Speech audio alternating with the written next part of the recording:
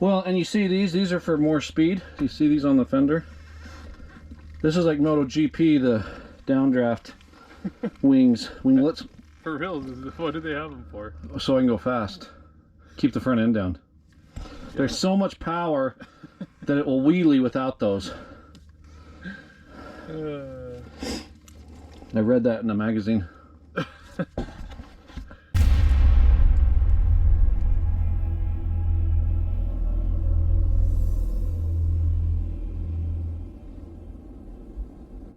Hey YouTube, this is Sam from the SOB channel. I wanted to make a video on the new 2023 300XC. And this would be the same for the 250XCs.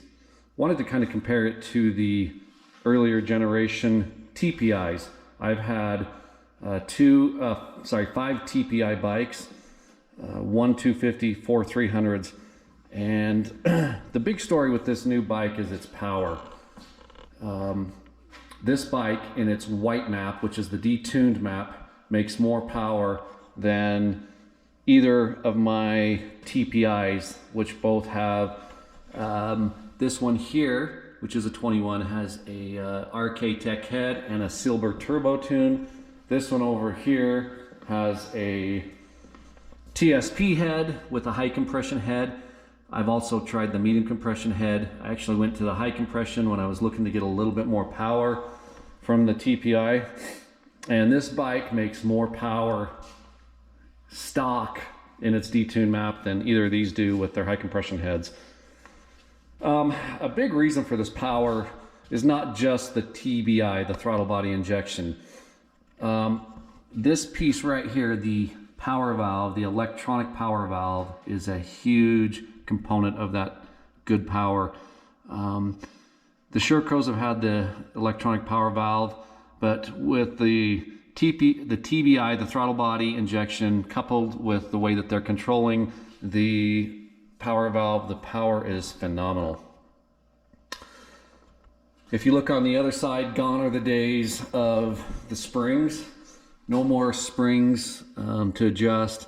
There's not a tunable adjustment for the springs. That is all gone. The computer completely takes control of the power valve. Also gone are the days of the throttle screw mod, where you had to take the essentially the little throttle body apart and heat it up, take out the screw, the set screw, and put in a new one. That is gone. Now you have a adjustable throttle, and you have your high speed throttle for warming it up that you click in right there. Some of the changes on this bike that I like are, starting with the skid plate, is the skid plate is mounted in 4 places. It has these bolts here and here on each side, 4 bolts total, and it mounts to the frame really well.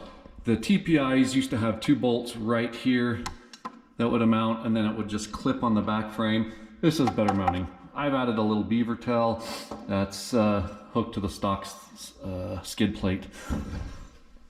The foot pegs on these bikes are incredible. I like the bigger foot peg. They are quite a bit wider and bigger, and I like stock foot pegs. I don't change my foot pegs, and I like the stock ones. The swing arm is redesigned, and if you look at the new tabs, they are substantially thicker for your chain guide. Big upgrade there. Kickstand is new. Now instead of having a spring that attaches up here, the spring attaches here and is actually on the kickstand. And the reason for that is on the old ones, the bolts would always come out right here and go flying off. KTMs have notoriously had bad kickstands. I'm hoping this new redesign, which is a bigger, thicker, heavier kickstand, will be a substantial upgrade. The motor now, of course, has black covers. Not a big deal. Fine with the old. The black's cool. We'll see how it wears. I love how the plastics on this bike are redesigned, other than the front cowl. I do not like how the gas tank cowls come so far forward. They come up past the forks. The old bikes liked better. Airbox has been redesigned. I like how the lid comes off. Comes off a little easier. Air filter is a new design. It's no longer symmetrical like the old bikes. Goes in only one way, but very easy to get to. I like especially how the rear fender now is attached with these screws versus having a tab that came up. The old bikes, I tore those tabs off all the time. This bike, I broke these rear tabs all the time.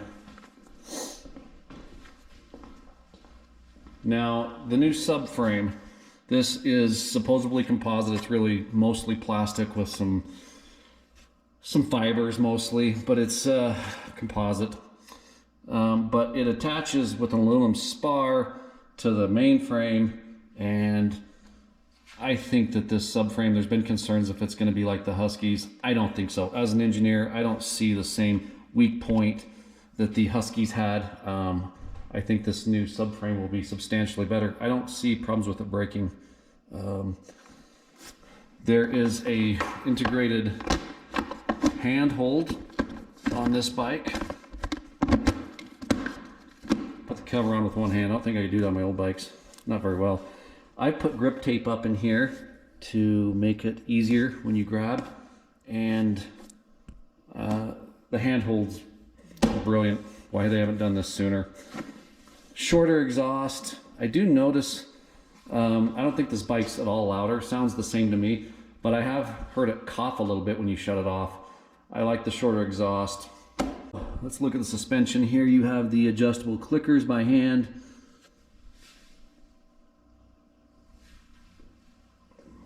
And while we're on suspension, this air fork, I had a 2017 and a 2019 XC, and I never was crazy about the AER 48 fork. This fork feels better. It's been a while since I've ridden with the air fork. I've done the I've done the 65 inserts on this bike. This bike has the cone valves. Prior to that, of course, the stock suspension was coil, open cartridge.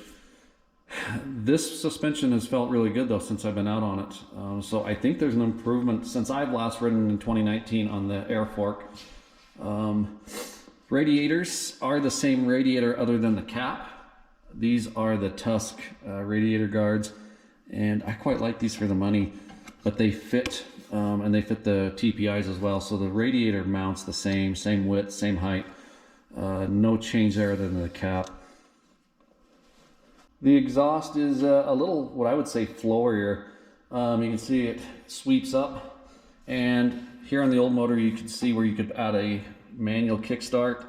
On this, obviously, there is no place to add, and the pipe just covers where it would go. Look.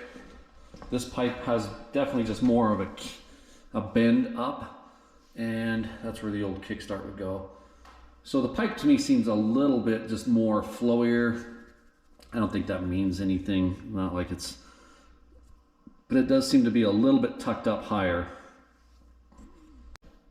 Looking at the controls, thing that's kind of cool is these switches that hold the start and stop button are actually rubber mounted. They actually have some give to them. The whole body flexes, which I think they're a high quality switch. I'm not quite yet used to having the stop on the same side, but like how the switches flex a little bit.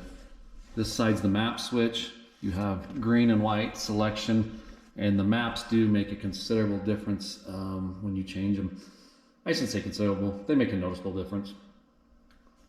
Up here is the hour meter, and you have a little light up here that says FI that flashes and gives you codes.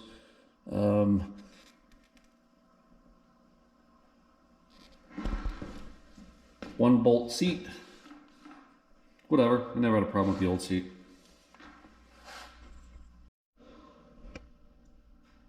Here's a look at the mask with it being off. And they've made this little mount now to hold your wires so they're not just dangling free as they previously did. I haven't done any exploring yet to see what these wires do yet, but here's a stock KTM headlight mask, and it does fit the fender. But what it does is it hits this new bracketry, the plastic bracket for where your wires are held. So this would have to be cut and moved, but it looks like a stock mask and headlight would fit. Of course, you would probably be putting a better headlight on than the stock one, but it looks like the stock mask would fit. So the fender most likely is the same mounting bolts. Sure looks the same. So even though this fender is actually wider than the stock ones, or sorry, wider than the previous generation, I bet the old fenders would still fit. And so I don't know on the wiring what if you have to run power forward yet to run the headlight or from the battery, or if the power would be here, which I would assume. Yet to be seen on that one. A little cleaner makeup in here, and the connections are just better connectors. I don't know if you can see, a little better connections on this new generation. Here's a look with the seat off. The ECU is mounted a little differently, kind of completely enclosed now in a rubber cage. Here's the new diagnostic port. It is different than the old style. I think it's a more standardized version actually with other bikes. You have your battery now that sits sideways versus up and down, and then your fuel pump, which is all new, how it mounts and pulls the fuel from the tank. Seems more centrally pushed forward to me, would be my general overall take. There's your fuses. This angle shows how the radiator port is angled up more than on the previous generation, and there's no more a screw head to catch the hose. Comes up, goes across. Good clearance here now. This bike does have a thermostat. This is a temperature sensor right here, and right here going up in the frame is a thermostat. The parts breakdown shows a bushing, a hard plastic bushing that makes that connection. Goes in between the two radiators up here, then the hard bushing comes down to a thermostat. So one thing I was hoping that this new generation XC might have would be a radiator fan plug like the previous generation XCWs had. So the ECU would essentially control the fan versus using a fan that has a thermostat sensor. And in looking at the electrical wiring, I see no plugs on either side. That would indicate that there is a plug. The holes on the radiator though, here, and in the ones here in the back and here, appear to be in the same location as the previous radiator. So I would go out on a limb saying I bet that the previous generation XC radiators kits that you could buy, the aftermarket kits, would almost fit this without a problem, but definitely not plug and play like the XCWs from the previous generation. You're gonna have to run power from the battery to power the fan. Of course, this frame, looking at it, is all brand new. We talked about the subframe briefly, but the frame itself, of course, is a totally new design, and you can see that this frame has a kind of a curve in it right there towards the neck. Just another note on this improved bodywork. The previous generation bikes, this connection right here from the side spoilers was weak, and these would always flop out. With this generation, there's a clip right there that snaps up under. And so now when you remove the tank, you have to at least undo these two bolts here, and that will give you enough flex that these will pop out. But these side spoilers now are mounted much better to the side pieces here further back. Of course, the graphics on this are all the embedded graphics, so there's no stickers other than the sticker here designating the model. Of course, KTM does that because they just put a different, same bodywork on all the bikes, but a different sticker to designate what model that it is. As a note too, just having had the tank on and off, everything here fits very snugly. There's not a ton of room. It's all very compact. The hose, the wire, everything has to go right in the correct spot so it will drop in and down. But it works well. Everything's tucked in and nice. It's just everything has a spot and there's no extra room. Crankcase sensor here is a bigger hose I noticed, which I guess there were some problems with this crankcase sensor hose plugging in the past. Nice big hose, crankcase sensor there. No petcock on the bottom, of course. I think everybody's familiar with some of those changes. So here's another improvement that I wanted to highlight.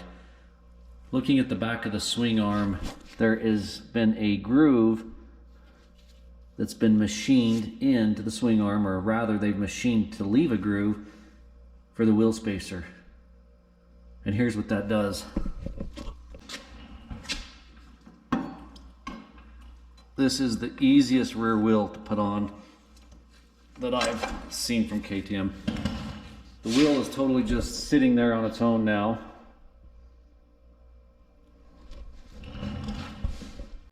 It allows you to very easily put the axle through without having to lift and hold the wheel up and down on that side.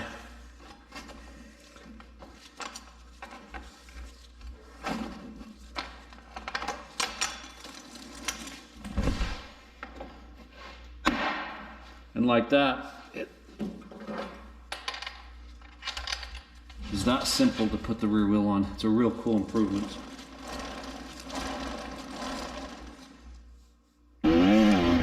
While it seems preemptive to make judgments about a bike after just one ride, this bike might be just that good.